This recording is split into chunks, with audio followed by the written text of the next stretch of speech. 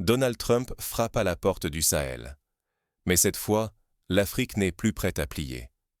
L'ancien président américain propose un marché sans détour, des armes et du renseignement contre un accès illimité aux ressources. Fini les discours diplomatiques. Trump exige de l'or, de l'uranium, du lithium, essentiel à la transition énergétique mondiale. En échange, il promet la sécurité. Le Burkina Faso, le Mali et le Niger, piliers du nouveau bloc sahélien, sont ciblés. Les émissaires américains n'ont laissé place à aucun doute. Protection contre contrôle des richesses. Un chantage frontal, à la hauteur des tensions géopolitiques actuelles. Pourtant, du côté africain, silence absolu. À Ouagadougou, Bamako, Niamey, aucun mot ne filtre. L'attente inquiète les capitales occidentales, habituées à une Afrique docile. Mais le jeu a changé. Accepter, c'est risquer la souveraineté pour une sécurité incertaine. Refuser, c'est affronter l'isolement et les pressions économiques. Le choix est crucial pour l'avenir du Sahel et les équilibres mondiaux. Les regards du monde se tournent vers ces capitales. Leurs décisions pourraient bouleverser l'ordre mondial et la course aux ressources stratégiques. Le Sahel se libère peu à peu de l'emprise étrangère. Un souffle de souveraineté traverse la région, bouleversant les rapports de force. Le Burkina Faso, le Mali et le Niger ont scellé l'alliance du Sahel. Ensemble, ils veulent défendre leurs terres et fixer leurs propres règles. Cette union est bien plus qu'une alliance militaire. C'est une affirmation d'indépendance après des décennies de tutelle. Ces pays ont franchi le Rubicon, expulsion de l'armée française, rejet de l'ingérence. Leurs dirigeants affichent une détermination inédite, plus question de plier devant les pressions étrangères. Leur choix est radical. Burkina Faso, Mali et Niger financent seuls la guerre contre le terrorisme, assumant pertes et coûts sans aide conditionnée. Une rupture nette avec l'ancien modèle d'assistance. Mais le danger rôde. La souveraineté retrouvée du Sahel reste fragile, chaque faux pas pouvant tout compromettre. Pourquoi alors Donald Trump croit-il possible de ramener le Sahel sous influence américaine? Trump n'a pas dit son dernier mot. Son offre pourrait bouleverser les équilibres. Un marché ou un nouveau piège? L'offre américaine brise les règles établies. Fini l'assistance, place au troc brutal.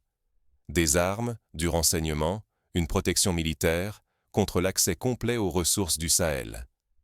Sous les sables du Mali, du Burkina Faso et du Niger dorment des gisements d'or, d'uranium, de lithium. Précisément ce que réclame la transition énergétique et ce que Washington veut désormais ouvertement. La doctrine de Trump est claire, pas d'aide, seulement du donnant-donnant. Cette logique cache une brutalité. La sécurité devient une marchandise, à payer avec la souveraineté. Pour Traoré, Goïta et Tchiani, cette proposition a un goût amer de déjà-vu. Leurs richesses valent plus que l'or. Pourquoi s'enchaîner à un nouveau maître?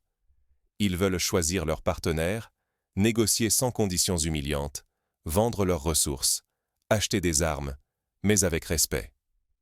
L'enjeu est colossal. Accepter l'offre, c'est hypothéquer l'avenir pour une sécurité douteuse. Les dirigeants du Sahel le savent. Céder, ce serait trahir leur peuple et leur soif de souveraineté.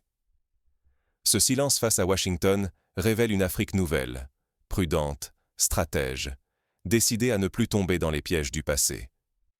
Chaque choix est désormais jugé à l'aune de la dignité.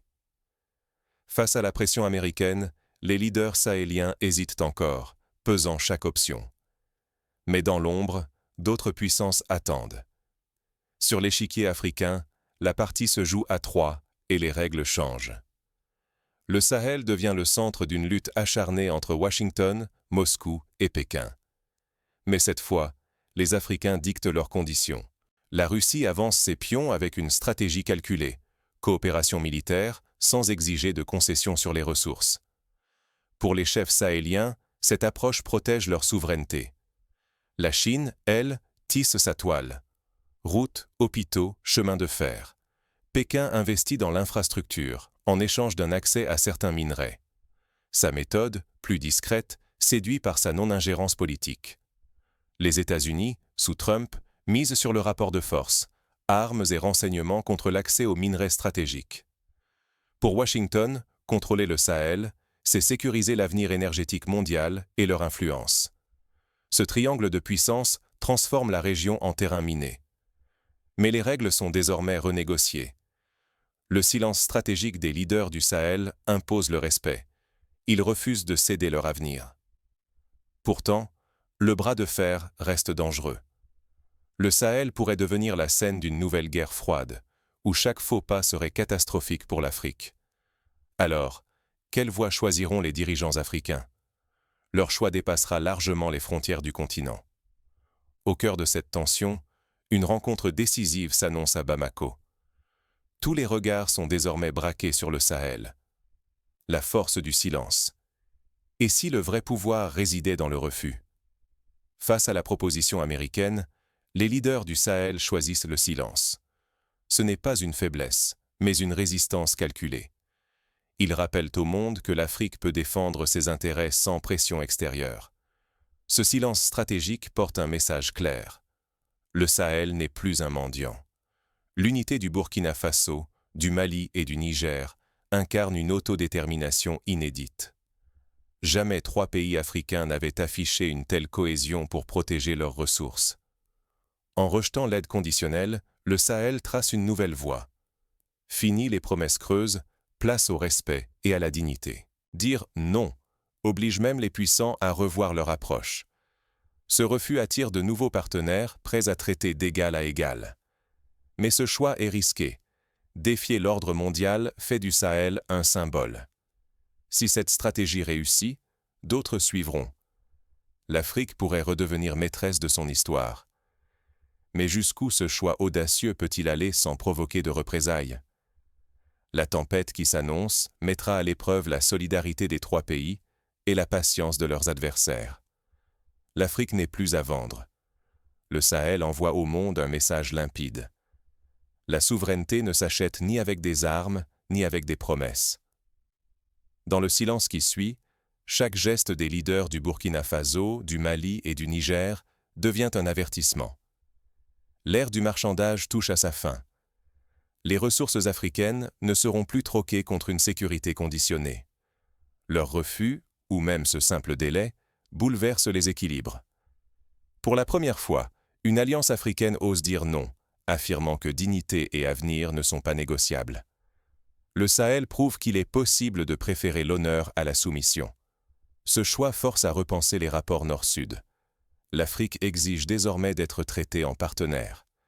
La question n'est plus si l'Afrique acceptera un nouveau deal, mais si le monde saura entendre ce cri de souveraineté. Contrôle des ressources, transition énergétique, alliance, tout se redéfinit. Le prochain chapitre africain s'écrit maintenant.